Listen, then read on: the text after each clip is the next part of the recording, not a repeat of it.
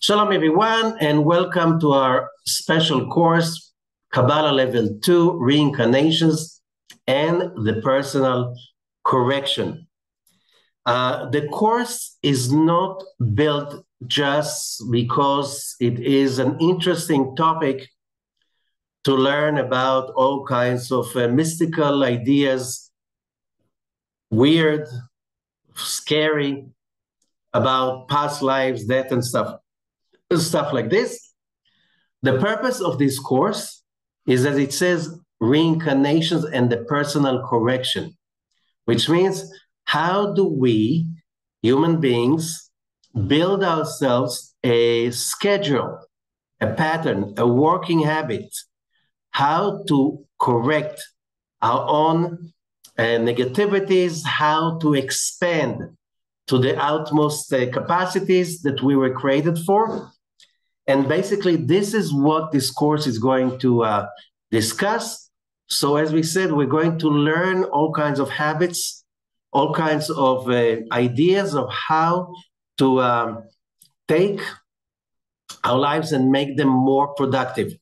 So we are going to discuss all of these issues connected to the most practical issues in our daily life, like relationships, dealing with emotions, soulmates issues, business issues, health issues, everything that really is practical and dealing with our daily life, because there's nothing in our lives that is mundane.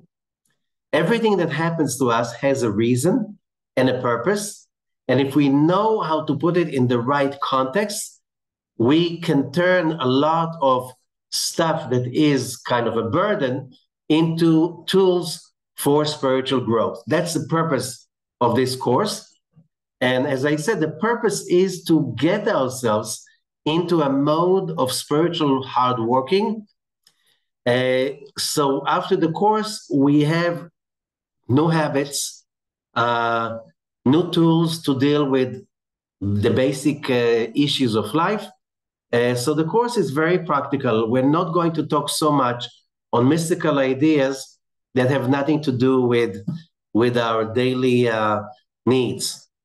So that is the purpose of the course. But before that, let us start with the idea of reincarnation at all. Most people do not remember their past lives. And because of that, we can say that in the common society, people don't really speak about reincarnations on a daily basis. They don't even give a thought to it on a daily basis. And if somebody talks about it, it can make you feel really uncomfortable sometimes because people frown upon it. Why are you bringing that? And we will discuss this issue. But first of all, in order to realize what is the concept of reincarnation from a logical point of view, and because we live in the age of reason and information, so let's go to science. What does science has to say about reincarnation? And remember that science, there are a lot of scientific ideas that have, somebody printed a book about it, a scientist, about the half-lifetime of scientific ideas. So although scientists are trying to look at reincarnations as mystical, unfounded ideas from the primitive past of humanity, so when you talk to a scientist or a psychologist about reincarnation, they usually don't like to go into that area, most of them. But we have scientific research about it, and we'll take two angles that basically are not a few decades old, mostly from the second half of the 20th century. So let's go into that, and from that we'll expand to the whole idea of reincarnation. So we're starting with the Professor Ian Stevenson. He's the biggest in the field. And he did something that most scientists don't do. He researched the idea of reincarnation from a point of view of the phenomena that you can find around the world today. Usually this is not spoken about too much, but there's a phenomena, and the idea is like this.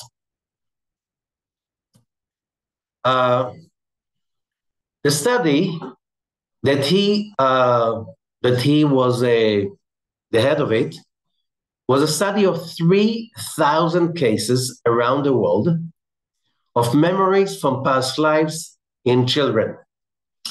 Give an example, it's like a child grows up in a certain household.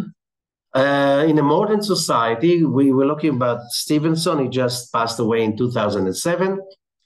And the child started to say things like, I used to live in another place, I used to have another name.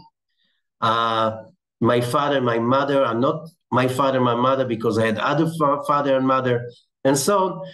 Now, in our society, in the Western society, usually when a child speaks like this, the reaction of the parents make the child to realize they're not comfortable with the idea. And children, after they start, maybe they start when they're really young, but they don't continue. Most of them do not. But in some societies, like in India, in which reincarnation is part of their, not just religion, in their culture. This is part of the culture. So in some cases, the parents are not getting upset about the child talking about it. They just get interested. It's like, so where do you live? What did you do? What kind of a person you've been? And stuff like this. And the children start to talk and to explain. And this is very interesting. What happened is that Professor Stevenson took 3,000 cases from around the world. I think that most of them were from India.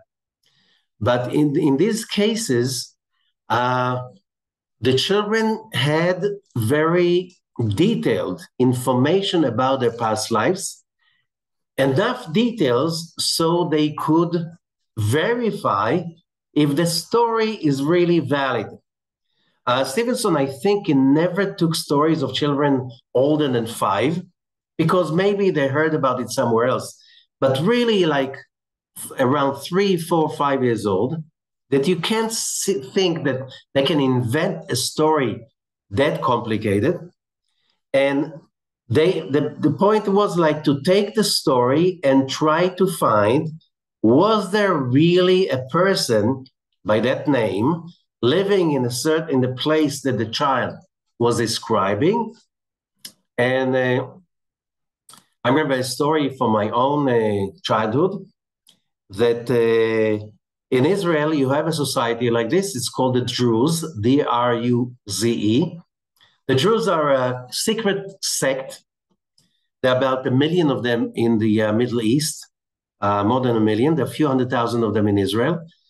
And they really, their main belief system is a secret. The wise men of their religion are not telling the stories of the wisdom of their religion only to chosen ones. But in their community, reincarnation is something so common that they just simply talk about it very openly inside the society. They live, most of them, in Israel, in the northern part of Israel, in the Carmel Mountain and in the Galilee and the Golan Heights. Most of them live in their own villages. So it's a very close society.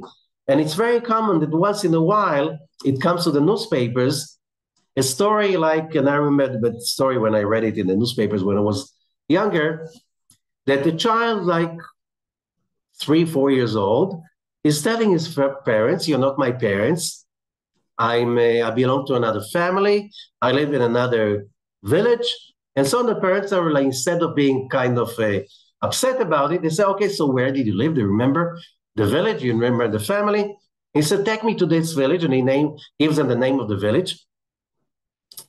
And and so they take him to the village, and he leads them in the village, and they come to a house, and they knock on the door, and the widow opens the door, and he says, that was my wife.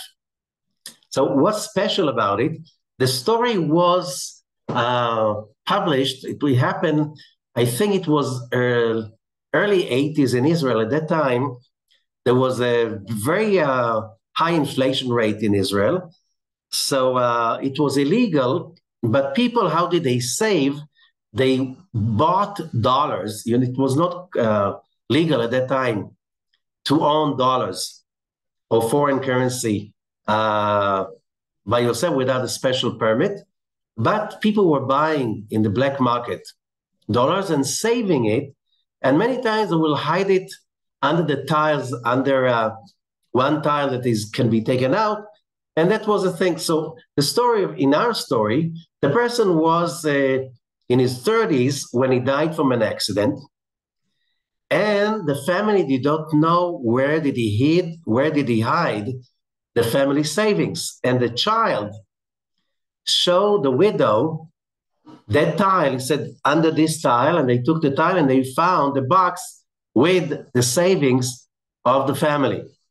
So stories like this are very common in the Jewish community in Israel. And as I said, Stevenson found around the world 3,000 cases like this, that the story of the child could be verified by fitting it to a person that the details were exactly the same. Now, 3,000 cases, this is a lot, okay? Which means how otherwise you're going to explain that a child of 3-4 years old knows about somebody he never seen, never heard of, and he can tell by details stories about their life, okay? Another thing that he did that's also pretty famous is his research. I didn't see that in Kabbalistic writings, but he investigated 200 cases of birthmarks that were related to the form of death in a previous life. When I was many years ago, I heard a story like this from someone that was studying Kabbalah, and in their family, there was a child that he had a problem. One of his muscles in his neck was not functioning properly. And when somebody was trying to find out the cause, they realized that that child was named after a person that died in the Holocaust, and that person was shot in the neck, and the place the bullet hit the neck, this is exactly the place of the muscle that didn't function. So this is another research that Stevenson was into it, but there's a kind of a strong connection between past life and this life, and we'll ask later on, so if there are proofs for that, how come most people don't remember their past lives? But we'll ask that question later on. Another aspect of that is one of the best-selling books of the 70s, 80s. It's called Life After Life by Raymond Moody. Dr. Raymond Moody, born 1944, so that's also really the late 20th century. And Raymond Moody is a teacher, a doctor of literature. And few students came to him with stories of what is called today near-death experience, which means during an accident, surgery, the person experienced an out-of-body experience, which means the person experiencing leaving his or her body, traveling outside, usually through a tunnel, meeting the light, meeting God, different ways, and then being told that it's not your time, go back. And then they come back to their body and they wake up later on. So Moody never heard about that stuff, and he realized that those people who told him that story never heard about that story any place else. So as a literature professor, Moody started to collect those stories. He collected a lot of stories, I think up to 100, and he compared them as a literature researcher about what are the repeating elements that you can find in most of the stories, which means that, first of all, the experience that my consciousness, my awareness as me, that can exist even when I'm not within a physical body. Okay, this is very important. A lot of people saw a tunnel, a dark tunnel with light in the end of the tunnel and flying through that tunnel, and then meeting. A lot of people spoke about meeting this endless light full of love and then realizing in shame that we were here on earth just for that purpose, to reveal that light. And sometimes some of them heard the question, what did you bring me to show? And then you realize that all your life, when you're running after pride, ownership of stuff, achievements, well, the achievements in this world is to achieve grace, positivity, turning dark into light and stuff like this. So it's a very interesting, this book was a best-selling book, 13 million copies. I can bring my own story. This is a story from almost 40 years ago. I was giving a lecture about reincarnations in Jerusalem. And there was a bunch of young people, young guys, who came to mock me. I realized that after a few minutes, they started to laugh and to mock and to joke there was no way I could continue giving the class. And I was simply like helpless. It's the only time I had something like this happening in my career as a teacher. And I'm like, please God, what am I going to do? And in the class, there was a lady on a wheelchair. It's a true story. And she raises her hand and she asks, can I say something? And for me, it was, okay, come and save me, help me. And she said, I want to tell my story. You see my position, I'm right now in a wheelchair. I want to tell you how it happened. So this lady is saying, one day I'm walking down the street, one of the main streets of Jerusalem, and there was a bomb in a trash can, a public trash can, and I was next to that can, and within a split second, I find myself hovering over my crushed body. The body is lying there bleeding on the pavement, and I'm hovering a few meters above, watching it from above. And she says, this is so weird. I can see, but I don't have eyes. I can hear. I don't have ears. I'm thinking. I don't have a brain. How could that happen? And people are running around, screaming, yelling. And I feel so calm, so serene, so safe. Nothing bothers me. I look at them and I'm like, what's your problem? And she said, from that point of view, I look at life and life looks like a crazy hallucination. What are you yelling about? What happened? Nothing. And I'm not scared. I'm not upset. I see my body like crushed, but I have no problem with that.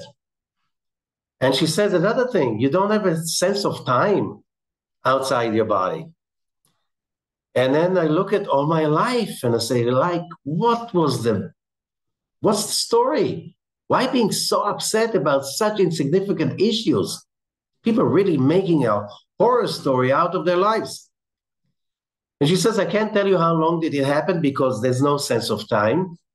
And then I hear, and she says, remember, I don't have ears, but I hear a voice saying, do you want to move on or do you want to go back? And she says, my immediate reaction is, why do you have to make a decision? What's wrong with the way I am right now? I'm so perfectly calm and okay. And then she says, I don't know how long did that take because there's no sense of time. And then I realize I have a husband and 3 children. There's no way I'm going to give up on them. And the moment I realized that, and I wanted with all my might to be back, I found myself back into my body, aching, painful, and so on. And she says, you know what's the worst of it? I can't complain to anyone. Look, I'm in a wheelchair, and I can't complain. I could choose moving on. I chose to be here. I saw my body the way it is. And I chose to come back anyway, to be in a wheelchair, but still to have my children and my husband, and that's my choice. From that moment on, the boys were really quiet, and I could continue with my lecture about reincarnations. So that's my own take. A lot of scientists were really hurt by Moody's discovery because a lot of people do have those out-of-body experience. We're talking about there are like huge amount of events like this yearly on planet Earth. So a lot of scientists were trying to, no, this is just because the brain does not have oxygen, and therefore this is kind of a reaction to the lack of oxygen. You're just trying to get away and run away from the issue that the human soul can exist even if it's not in a body. Just lately, there were a lot of scientific publications about the research about people, like the story that I told before, but people who were out of the body and they report about things that happen in the surgery room. There's no way they were capable of seeing. So it looks like this issue is still coming to the surface every few years, because you cannot just say this is just a reaction. I also had a student of mine that she told me about her mother. Her mother was blind for about 20 years, and then she had a surgery, nothing to do with the eyes, and she had a near-death experience on the surgery table. They brought her back, and when she was recovering, she is telling her daughter about the surgeon, how what a beautiful looking man was he, with blue eyes and he's blonde. And the daughter is telling me, ask him, Mom, but you are blind and you also were dead and you are under anesthesia. How could you see him? She said, I left my body and I saw them all. I saw them how they got panicked when I died, and they tried, and she told exactly the procedure that they had in the surgery room to save her till they brought her back. So these ideas, they kind of, it's not just a matter of the lack of oxygen, because if they were under anesthesia and they were brain dead, how could they tell exactly what happened in the surgery room when that was happening? So there are many stories like this, and if you don't want to believe in it, forget it. But that brings us to the more important issue in our class, and that is the idea that if we are talking about it nowadays, We have to realize that along human history, there were millions and millions and millions of cases like this in every culture, every civilization. And it's inevitable that people spoke about it. And if people spoke about it, it was part of the culture. And if you go around the world and do a research about, how common is the belief in reincarnation, it's only second to the belief of God, in God. So if we go around the world and we check, you can see, as we said in India, this is a very common. Everybody knows about reincarnation. They don't believe in it. They know about it. If we go to very big part of the Far East, like China, where the worship of the elders of the family is very, very strong. Or you go to Japan or like other countries all over Southeast Asia, this is like we have a very big percentage of the population that does see reincarnation as part of reality. You go to Africa, sub-Saharan Africa, about 98%, I'm talking about numbers of different polls, 98%, that's a pure research from a few years ago, 98% of the population do believe in reincarnation. Just a second, most of them are Christians or Muslims. How come? The answer is yes, they declare themselves as Christians and Muslims, but they believe in reincarnation. Same thing, big parts of South America and Central America. So somebody did a summary that over 60% of people on Earth do believe in reincarnation. And why? As we said, you can't avoid that unless you're not allowed to speak about it. Why shouldn't you? There are two religions, Christianity and Islam, that do not allow to believe in reincarnation.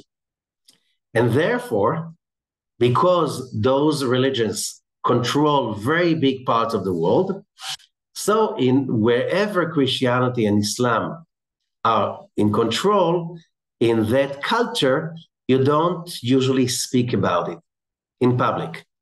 In the Western world, since, let's say, since the 60s, when common religion, especially Christianity, is not strong enough in the public space, the public domain, there are more and more stories, movies, and so on about reincarnation, and more people do go into that back again because the control of religion is not as strong as it used to be. So as we said, we have Hinduism and Buddhism. They believe in the samsara, which is their system of reincarnations, coming again and again, paying your karmic debt. In the Shinto in Japan, the shamanism in many, many places around the world that also is into reincarnation. South and Central American religions, Sub-Saharan Africa, and the Druze that I spoke about before. This is like the majority of the world's population that's this way or another do believe in reincarnation. And as I said, either because this is the tradition of that society, or because being exposed to stories that happen to your dear ones or to yourself, or simply because culturally this idea is going around a lot. Now, what about Judaism? So in Judaism, we have a lot of reincarnations. You just have to remember that most Jews lived in Islamic or Christian countries in which you had an upper on being Jewish, not just to speak about something that is totally not allowed to speak about in public. So Jews preferred not to speak about it in public, and that was hidden and suppressed so much that most of Jews don't even remember that there is a lot of it in Judaism. So first of all, let's ask the question, if reincarnation is a very important pillar of understanding human life, it should be in the Bible. So let's go into that discussion in the Bible. Where can we find reincarnation in the Bible itself? And that's very clear. The peak story of the whole Bible is Mount Sinai revelation. We go to the book of Exodus, the story of the revelation of what is known by mistake, the 10 Commandments, what is known according in Hebrew, it says the 10 utterances. And it says there in Exodus 20, verses 5 and 6, punishing the children for the sin of the parents to the third and fourth generation of those who hate me, but showing love to 1,000 generations of those who love me. Or in Hebrew, פוקד עוון אבות על בנים, על שילושים ועל רבעים לשונאי, ועושה חסד לאלפים, לאוהבי ולשומרי מצוותיי. This is a very clear verse that, if you read it simply, it's very upsetting. Why should I pay for something my great-grandfather did? I never met him. I don't know him. Some of us don't even know their names. So why should I pay for someone I didn't know? This sounds really upsetting if you're really going to understanding the verse. But on the other hand, if you know the Bible properly, you go to Deuteronomy 24:16, לא יומתו אבות על בנים, ובנים לא יומתו על אבות, איש באיש בחטאו יומתו. It says very clearly, parents are not going to be put to death for their children, nor children put to death for their parents. Each will die for their own sin. Like, it's impossible that there will be in the 5 books of Moses 2 verses totally opposite to each other. And there's an addition. You go to the book of Ezekiel, chapter 18, verses 2 and 4, where it says that the prophet Ezekiel is saying, what does it mean that you keep quoting this proverb in the land of Israel? When parents eat sour grapes, their children's teeth are set on edge, which means the children are paying for the sins of the fathers. It's in a different way. And he continues, and he says, what does it mean that you keep quoting this proverb? Now, the children do not have to pay for the sins of the fathers. Verse 4, look, all lives belong to me. Both the parent's life and the child's life are equally mine. So it is the person who sins himself who must die. Again, Ezekiel says people misunderstood those verses in the story of the Mount Sinai revelation and on the 2 tablets, and they still were talking about paying for the sins of the parents. It says, no way. Every person will pay only for his own sins. So in order to help us, the Zohar, the Holy Zohar, Parashat Ito, verse 518, in a Sulam commentary, and he says, speaking about these verses exactly, the Zohar is aware of the contradiction and the misunderstanding that can come out of it, and he says, these verses relate to one tree, that is one soul, planted once and 2 times and 3 times and 4 times, which means like you can take a tree, uproot it and plant it in another orchard, and then you can move it again and again and again. The same happens with the soul. That soul is reincarnated and came in 4 bodies. The fathers, the sons, the 3rd and the 4th generation. That's what the Torah is saying on the 2 tablets. And that is about early sins of the 4th incarnation, because a father and a 3rd and a 4th son, that is, these 4 incarnations are one. It's the same soul, one soul, that they are one soul who did not correct its sins and is punished for the 1st incarnations, which means Like the Zohar says in many places. I remember also some Druze sages are saying the body is only a dress. It's a piece of clothing. You change piece of clothing and you don't change your identity. It's the same you, although you change from a suit to a jogging clothes or something like this. But it's the same you. Okay, so because it's the same you, you still owe for the damage you brought. And because you owe, you have that is hanging there till you pay your debt away. And that can take 1, 2, 3, 4 incarnations. And vice versa, a tree that is properly corrected during the time of the incarnation and is well developed, it is written about it, showing love to 1,000 generations of those who love me. If a person is correcting, improving, doing what's right, and managing to improve during his lifetime, that is being remembered for another incarnation, which means we learn over there are certain aspects of our life that when we create them, whatever we create, there are certain aspects that we see as gaining, as achievements, that they stay forever, for 1,000 generations with us. There are other things that don't stay with us, like possessions. What people call real estate is really fake estate. You cannot take your real estate to your next life. This is a very fake idea that you can it's real estate. It's not real estate. It's fake. It's yours till you die.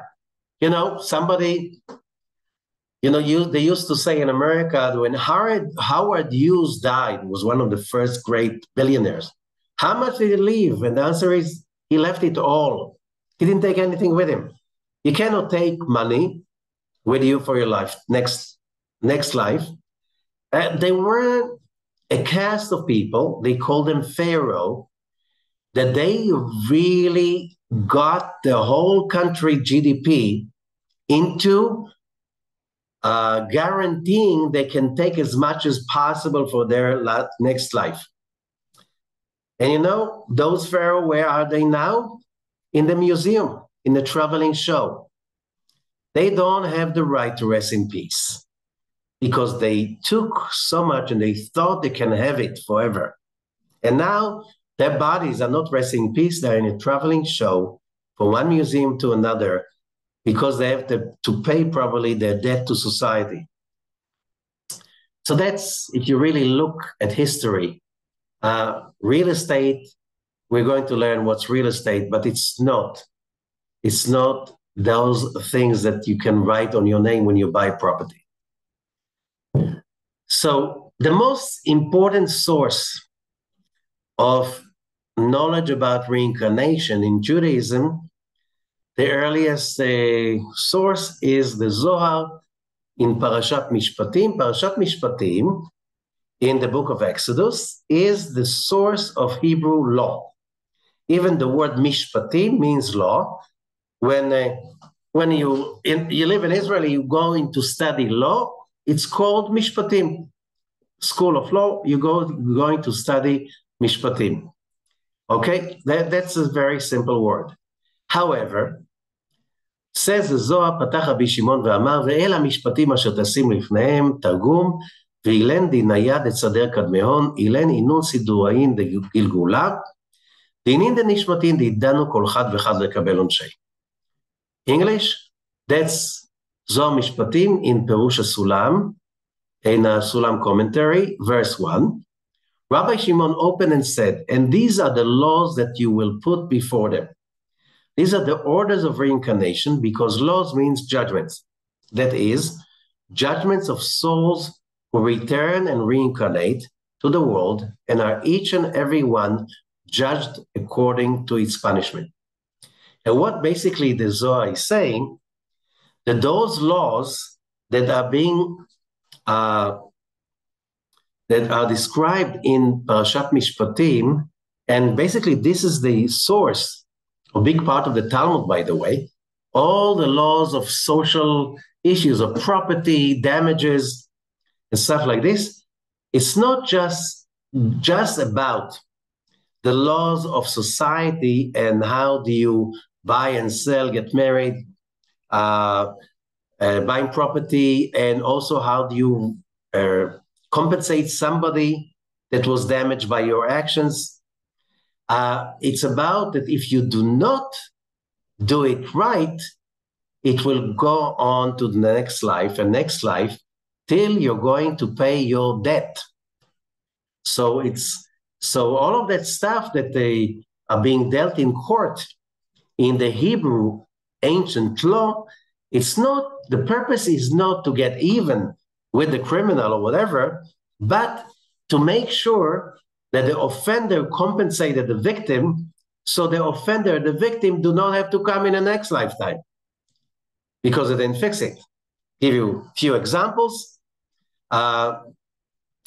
We'll give you the examples later on. We're going to go to the story corner. Then we continue Rabbi Shimon's words.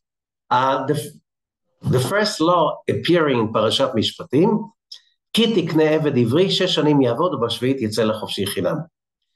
When you buy a Hebrew slave, he will work for you 6 years, and on the 7th, he will go to freedom for free, which means he doesn't have to pay for it.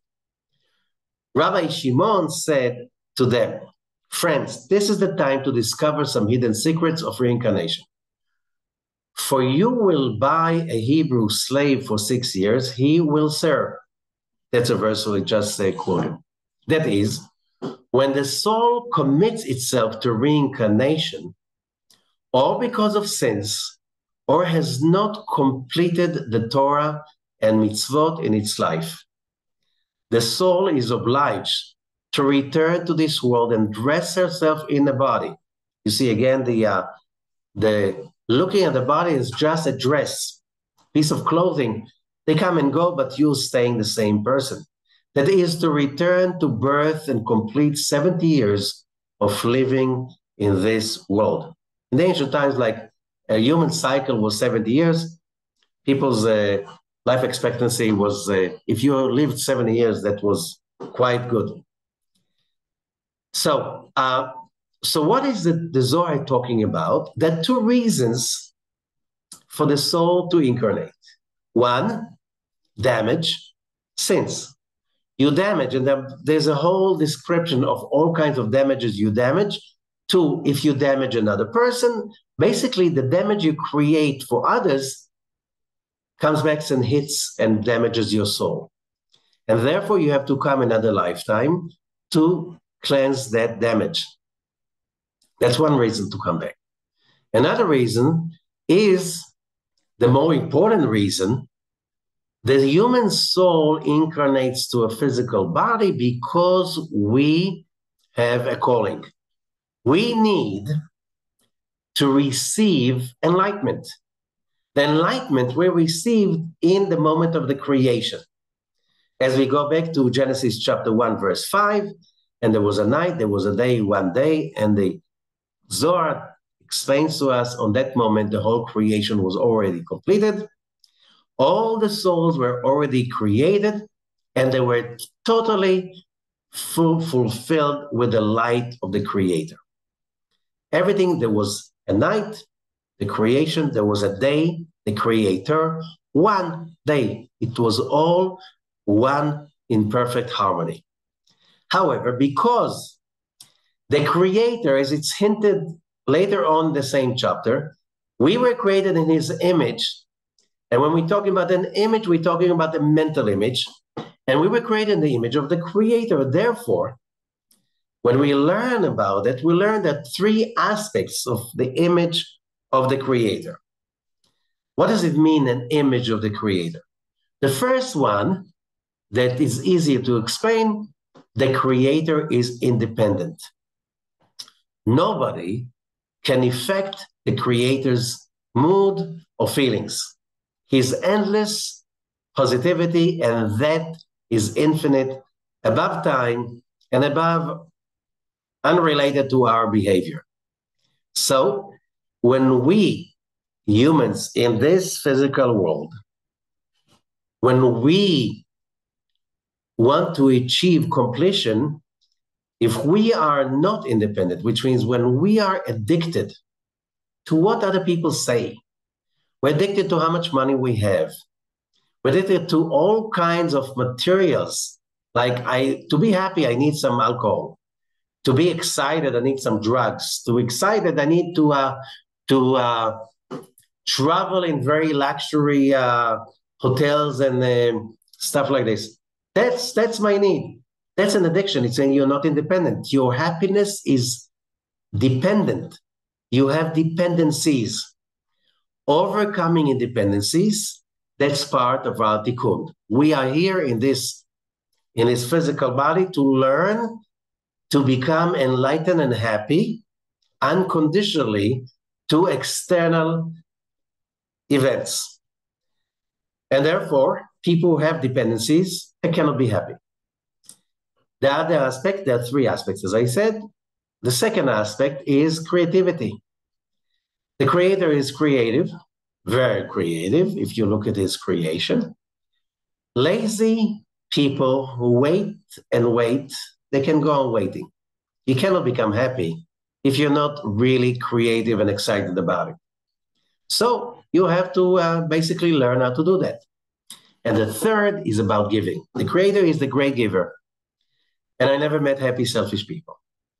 You need to learn how to be a great giver in order to achieve the image of the creator, and that will bring you a great, eternal, true, lasting fulfillment.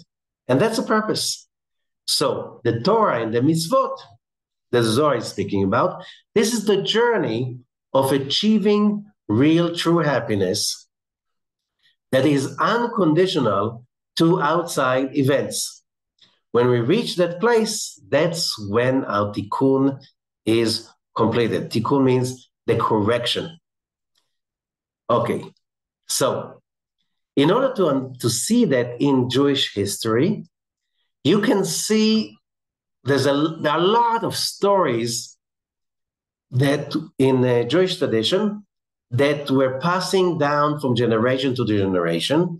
However, as I said before, it was not spoken about outside because the outside society was not very excited about this kind of information. But if you go to, there are so many tales in the Zohar, if you go to some of the most famous ones, one of the most famous one is the story of Pinchas. Pinchas was a grandson of Aaron the high priest. During the story of Balaam and Balak, whoever knows it in the it's a book of Numbers, Parashat Balak. And it says over there about Balaam who came to curse the Israelite nation. He could not. They were really protected. So he told Balak, the king of Moab, a neighboring nation state of that time, just on the eastern bank of the Dead Sea. The Moabites were really scared of the Israelites. And so Balaam is saying you cannot curse those people. The only way to destroy them is from within. Divide them. Buy them. So Moab, the nation of Moab, and their allies, the Midianites, took their most beautiful daughters, which means the princes, which means the daughters of those leaders, and sent them to the camp of Israel to seduce them for sexual acts and for idol worshiping. And they managed to seduce many Israelites, and a plague started and thousands of people were dying because of the plague, and nobody knew what to do. Only Pinchas knew exactly what to do. There were Zimri and Cosby Zimri was one of the heads of the tribe of Shimon, and Cosby was a princess of Midian. And as they're in the middle of the act, Pinchas came with a spear and he killed both of them at the same shot. After that, immediately the plague stopped. The Israelites were saved. Everything came back into place, and normality came back to life. Pinchas, in the next parasha that is named after him, Parashat Pinchas, is being awarded by God to be a priest, a high priest for him and his offsprings, and he promises him peace and life for eternity. Pinchas, the Talmud is teaching us, never died. He lived for centuries. He was so divine that finally people stopped calling him Pinchas and they started to call him Elijah, Eliyahu, Anavi, Elijah the prophet. We know that Elijah never died. He went up to heaven in a chariot of fire, and he's still coming to visit us. So this is the story of Pinchas. And the question is, how did that happen? Because according to the laws of the Torah, a priest that killed cannot be a priest anymore. No matter how justified the killing was, a priest is a vehicle for grace, and killing is judgment. Yes, the judgment saved the nation, but it's against the law. So the Zohar is explaining that when Pinchas killed Shimon and Cosby, he was sure he's not going to live. Why? Because the people of the tribe of Shimon were very, very loyal to each other and very violent. He knew they're going to kill him. So the moment he killed Cosby and Zimri, he simply took off. He did it with total devotion of really giving his life away. And he said, if it's my time to go, he left. He had a clinical death. The Zohar says he had two uncles that died 38 years earlier. They were the highest souls that ever incarnated on earth, Nadav ve'Avihu. They died because they offered incense in the tabernacle, and they were not supposed to. They simply got so high that they simply evaporated. They had to come back again, and they came back because of the devotion of Pinchas that connected to them, and their two souls came into Pinchas. Now Pinchas was alive, his soul came back. Now there were three souls in one body, Nadav, Avihu, and Pinchas. They continued to live like this and to lead the nation of Israel for centuries. I think it was around at least 700 years, or 600 years till Elijah the prophet went up to heaven. Just before Elijah, if you read the book of Kings, just before Elijah goes to heaven, his heir and student, Elisha, is next to him, and Elijah says, if you see me going up to heaven in a chariot of fire, make a wish, and your wish will be granted. And Elisha says, Vihina pi shnai meruchacha alai. I want your double spirits, twice your spirit to me. What does it mean? That he wanted prophecy double than Elijah the prophet? Elisha he could resurrect the dead like Elijah, but he didn't go up to heaven in a chariot of fire. So the sages are saying the word na, it means please, but it also initials of Nadav, Avihu. Elisha simply said, if you leave, the two souls of Nadav and Avihu that you have, give them to me. Pass them to me, because I want that power of Nadav and Avihu. It was granted that power. So that's one tale of the Zohar.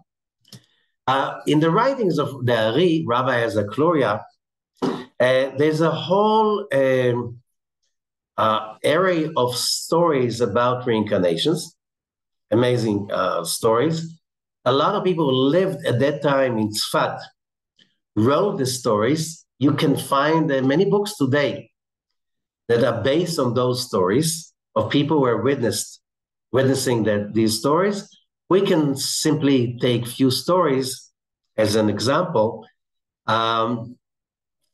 One story that is about, it helps us about learning something about business.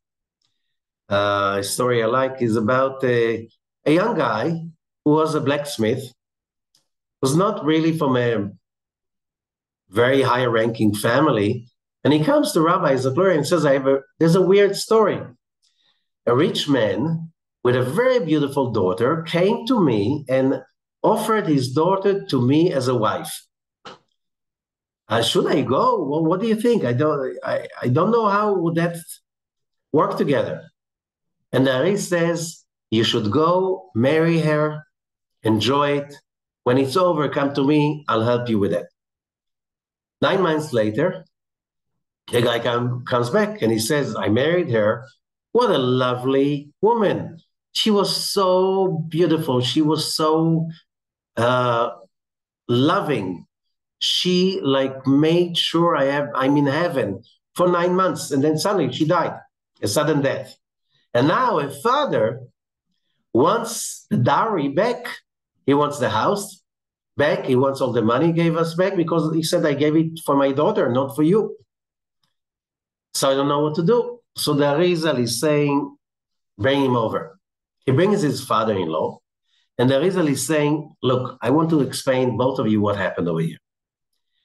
The guy standing in front of us, the widower, he had a business in past life. He had a partner in that past life. They worked together for a while, and then the partner cheated our guy and stole from him a lot of money. When he realized that, they went to court. And the partner, the thief, not just did not admit and gave back the money, he took him through hell for 9 months. You know, some people, when you go to a court, that could be like torture. You don't have to go to hell. It's like this is a hell on earth. So after they both died, the story came back to heavenly court, and it was decided that the one who cheated, stole the money, and tortured his partner will come back to compensate his partner in order to complete his tikkun. So he came back as a beautiful lady, rich. So the dowry money and all the money the father-in-law gave to the groom, that is the money that the bride owes from a past life. For 9 months of beautiful, beautiful life, very happy life, basically the bride was compensating her partner from past life for all the trouble he did, the bride, the man and the bride, for him, and now they're both even. So he says to the father-in-law, you want your daughter to continue on. Basically, leave him with the money and the house you bought for him. It belongs to him. And let's go on with our lives. So that's one story about Rabbi Lurie, but fixing things the way it should be. Hasidic stories. Another genre of that is Hasidic. There are many, many, many books of Hasidic stories of different great Hasidic leaders solving problems by understanding the reincarnation behind it. One of the most famous is the story of the Baal Shem Tov, the founder of the Hasidic movement. Basically, the Hasidic movement was based on the Zohar and the teachings of the Arizal. And that story is about the Maggid of Mezrich. He was a great Kabbalist, and he became the one who continued the message of the Baal Shem Tov. But he was a great Kabbalist before they met even, but it was not as vivid as the Baal Shem Tov. So one day he says to the Baal Shem Tov, and he says, everything is, I'm getting it so well, but the reincarnation story, I don't get it. So the story said that the Baal Shem Tov took his student to the forest. There was a path in the forest. He said to him, sit under the tree, watch around, see what's going on, and after a few hours, come back to me. Tell me what you've seen. So he's coming back puzzled. And he's saying, I'm sitting under the tree and I see somebody coming from a very far journey. It looks like it. He sat under a tree in front of me and he was resting. He ate something and he left a little package behind him. And he thought this is garbage. So I didn't think about it too much. And the man got up and walked away. Very shortly after, another person came from also a long journey. And he was tired and he sat under the same tree the previous one was sitting. And then he sees the package. He opens the package and it's full of a lot of money. And he's very excited. So he's leaving with the money. And it looks like the person had was very happy. Not long after, very shortly after, another person passing by, sitting under the same tree as the same tree the other two was sitting under. And suddenly, number one, the first person is coming running, where's my money? Of course, number three has no idea what money he's talking about. I don't know what you're talking about. So number one is screaming and yelling, this is the money I saved all my life for my dream. I went to do this dream business I was planning for years. And now it's gone, it's your fault. And he beats the daylight out of number three. The number three finally runs away for his life. I don't get it. So the Baal Shem Tov says, of course, in this life, there's no explanation. Those three lived in the same town in their past life. Number one and number two were partners in the same business for many, many years.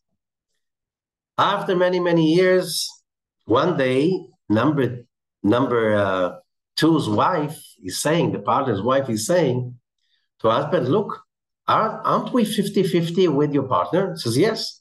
How come they live in such a luxurious house? His wife has diamond rings and nice dresses, and we are poor like we've been in the beginning. You know, my husband, tomorrow, when everybody goes home, you stay in the business. You lock the doors and you go through the books. I'm sure they're cheating us. So he goes through the books and he realizes that he's being cheated for so many years. And all the profits went to his partner. He goes to his partner, how could you do that? So you don't deserve the money. So by giving back the money, no, I'm not giving you that back. So he took him to court. Number one was rich enough to bribe the judge, whose verdict was in favor of number one. So number one dies rich. Number two dies disappointed and poor. So they have to come back. Number one has to make a lot of money for a business deal. That's what he believes in. Basically, he makes the money that he owes and he leaves it under the tree. Number two passes by, and it looks like by coincidence, no, it was planned that he will sit under the tree, find the money that he deserves from his partner for past life, and he goes happily because that story is done. So the student is asking, what about number three? Why is it his fault? It says number three was the judge. So that's an example of Hasidic stories that you can buy, I think, books in English of Hasidic stories with stories like this. Not just among the Hasidic, you can find stories like this, but you can find stories like this, many stories like this, stories of righteous great rabbis in the Sephardic tradition. There are many stories that you can find. We'll talk about it later on. There are even Holocaust stories. We'll come into them later on. And there are recent stories that will come to them later on. The stories continue. So in the Jewish culture, there are many, many, many stories about reincarnation. We'll use them once in a while, but this is a very deep culture, although many, many Jews, especially in the West, that are not aware of that aspect. So when we are talking about the sources for our course, as we said, Parashat Mishpatim in the Zohar is one major source for our study. Another one is the writings of Rabbi Ezekiel, the Ari. One of them is called The Gate of Reincarnation. It's a whole book dedicated just to explain all the rules, the sophisticated rules of reincarnation. And it starts with, after the death of a person, he is repaid for his sins. And almost no one is exempt of that, which means no exemption, but very few people just simply do it once completely and don't have to incarnate again. You can find in The Gate of Reincarnation, preface 22, page 59. So the question is, why don't we remember our previous life? Why do you need to remember our previous lives? Which means in this course, we are going to work on learning how to get there, to that place. But first of all, why don't we remember our previous life? And the answer is, today, for modern psychology, that a lot of people going through therapy, as they go through all kinds of phobias and traumas, they start to remember a case of abuse they experienced when they were young. And because it was such a shock, they suppressed the memories. And only going through therapy, the memories started to come back. Which means human beings, in order to protect themselves from pain, we have that tendency to suppress memories that are very painful in order to be able to survive. It's a survival mechanism. What is the last event in our past life? Death.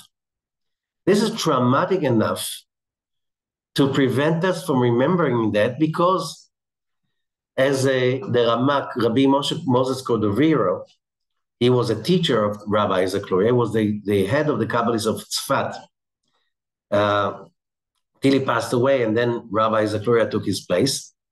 And he said, maybe as a joke, if we remembered our past lives, we will not have time to live. We'll be just simply spend our lives trying to get even with whoever did not behave nicely to us in past lives. So this is a protection mechanism. So if we don't remember our past life, it's because we don't need to. However, as we work on ourselves, like spiritual therapy, and first of all, we start to do it on our own, expanding our consciousness, learning how to deal with our pains and sorrows and transform them, then little by little, we will start remembering. It's a process. It's not something that for sure will happen at the end of this course, but we will learn the tools how to do it. Why do we need to remember our previous lives? So Rabbi Ezekiel is saying we need to know reincarnation. There's no need to know exactly who was I, what was my name, but the idea that I realize that it's not my first time, and therefore, if somebody steals from me money and the judge gives a verdict to leave the money with that person, there's so many lives before this life. And if you have that dimension that you are not the first time of a year, there are debts to repay, and there are achievements to gain, and it's much easier to experience life when you realize that nothing happens without a reason. And when that's one of the things, the major things we're going to do during this course, by expanding that idea, which means it will make it much easier for us to deal with hardships, with why, with all of those issues, that instead of making us sour, they can give us tools to move forward and grow. So, yes. Katya, you want to ask something? Yes, I have a question. Yes. Like you are talking a lot about punishment, and one of the reasons that we reincarnate is because we have to correct things and put it even. But isn't the tikkun just about learning and getting better and enlightenment? Why do we have to be punished? Because you have to understand that the way when the Kabbalists or when the Torah is talking about punishment, it's not the medieval way of looking at punishment. It's about basically cause and effect, which means you put your finger in the socket, the electrocution that you feel, that's punishment. What does it mean? It helps you to not to do it again. It's not that somebody's, oh, I'm going to smite you because I don't like you. It's a cause and effect. They don't see it as punishment the way we perceive punishment.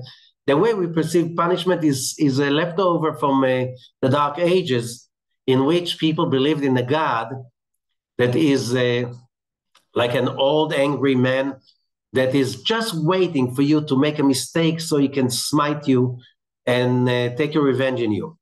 And that's how people till now see punishment.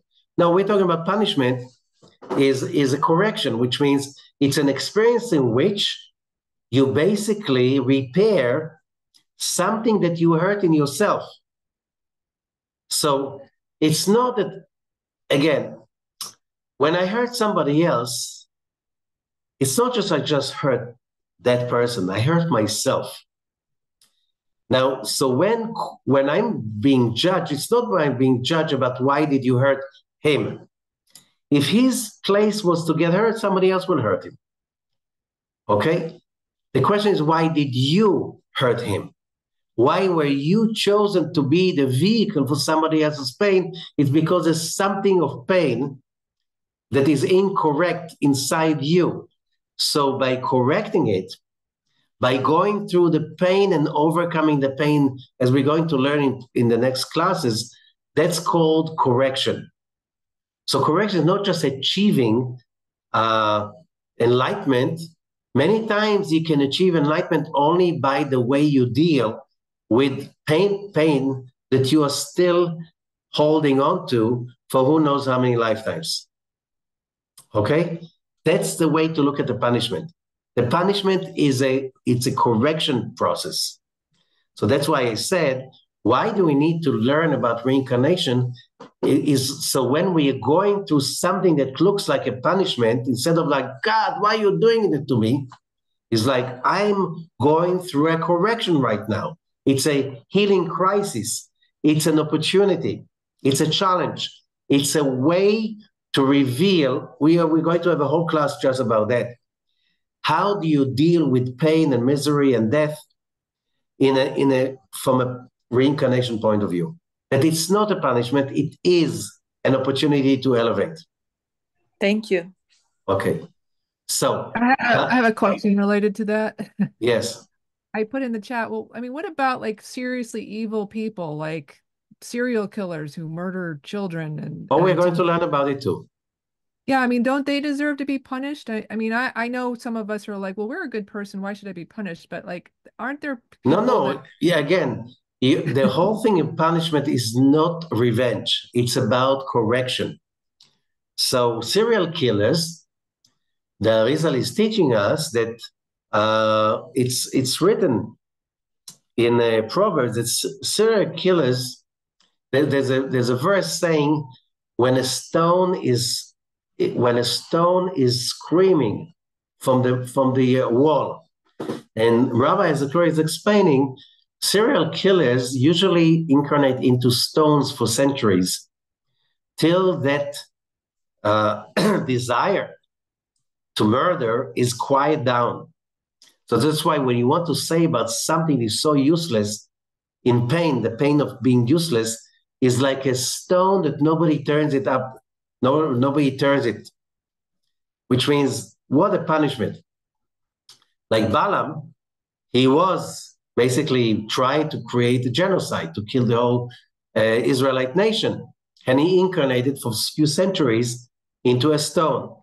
That's another story. We'll talk about it I'll tell the story later on, which from the Zohar and Rabbi Lurie. I hope this is clear. Thank you. Okay. Okay. So to conclude, yeah. Just a quick question. You covered Exodus 21. The Hebrew slave shall work for 6 years. What happens on the 7th year? And how does that affect the soul in that? I'm assuming that was referring to a soul. Yeah. So it says, like, it was like kind of literally speaking, that the human being comes to 70 years. So he's a slave to the body, he's a slave to his duties and so on, to the physical one you have, and your work is to achieve tikkun. And why 7 years? That is basically including the 70 years of people on earth. So that was like kind of a parable. That's what the Zohar was saying. So you're not talking about 7 years, you're talking about 70 years of the average life of a human being. So does he spend that 7th year where the souls reside and start the cycle all over again? If it needs to. But so the slavery is basically when the soul is enslaved to the limitations of the physical body. I understand. Thank you. Okay. So that was the context. Thank you. Okay. Okay, we have to complete. So just let me do it shortly and we'll repeat it next week. During this course, you should have a diary. I recommend to have a real booklet. Even today you can buy, or maybe you have already, these books that look like a nice book from the outside, but it's empty pages inside. Get yourself one like this, because it's a years of work that you're starting right now. And you start writing stuff along the course and you're starting to fill it up, because the journey that we are learning to take this course is basically how do we create the profile of who we were in past lives? Why did we come to this life? What is the journey of this life? And what are the goals and the tikkunim of this life? So we are collecting basically a lot of information till finally, slowly, we'll be able to connect the dots. Okay? So what do you write in this journey? So you leave one chapter for a very important thing, which is what's hard to fix in life, what's hard to deal with. That's what you've come for, which means the stuff that really scares me, that it's the hardest for me to deal with, the stuff that I'm trying to run away from, all of those encounters, situations that I'm really upset about, trying to refrain, running away from. This is what we're here for. How? We're going to have a whole class just about analyzing that. But the first thing, to start writing it down. Okay? Another chapter is collecting childhood memories, fears, unexplained fears that you're so afraid of it. But you talk to other people, they don't know what you're talking about. Dreams, repetitious dreams from childhood that are very, very powerful and vivid, and we still remember. And also dreams from a later time. Sometimes we have a very powerful dream, and we wake up and we feel that dream is very meaningful. Write it down. We will see there are certain things that repeat themselves in the dreams, and that will give us a lot of hints. All kinds of loves, preparations, like some people, they love nature, they love hiking. Some people hate hiking, but they love going to the mall. It's like all of these things that are unique to yourself. And since childhood, and you don't know why, you have a fetish for certain clothing, for certain styles. And that's expanded in the next one, special inclination towards literature, design, films from earlier periods. Some people are really everything from the time of the Victorian age is like furniture, clothing, movies, books. They have to. Some people they're totally indifferent to that, but they are very much into anything that connects to prehistoric stories, evidences, anything like this, or at the time of the Roman Empire or Chinese, whatever. If you have inclination from early age towards these eras, there's something in it. I had two close friends when I was much younger, who were like, I'm talking about in their early lives, they had this thing for Spain. They grew up in Israel. They had nothing to do with Spain family-wise. Their families came from other places. But they had this like really crazy thing. And when after they finished the army, they just took a plane. Each one is a different story. Went to Spain, and as they landed in Spain, they felt at home. And one of them even came to one city, and it was so like home, she could swear she was here before. All the way that she's walking down the street, she comes to an intersection, and she knows, I'm turning right, and there's a tower with a clock in front of me, and that's the way it is. She was in shock. Now, things like this, they are simply memories from past lives. Another thing that we need to write down is repetitive patterns of relationships with spouses, colleagues, friends, family. Many times, if you write down all kinds of people that you had problem with, and then you just go and analyze the relationship, sometimes you see the same emotions repeating with different people, which means it's not few tikkunim, it's one tikkun that repeats itself with different people. In Hebrew, it's being said, Ota geveret b'shinoi aderet. It's the same lady, but with different dresses. Okay, we're way past our time. We will continue to talk about this stuff next time.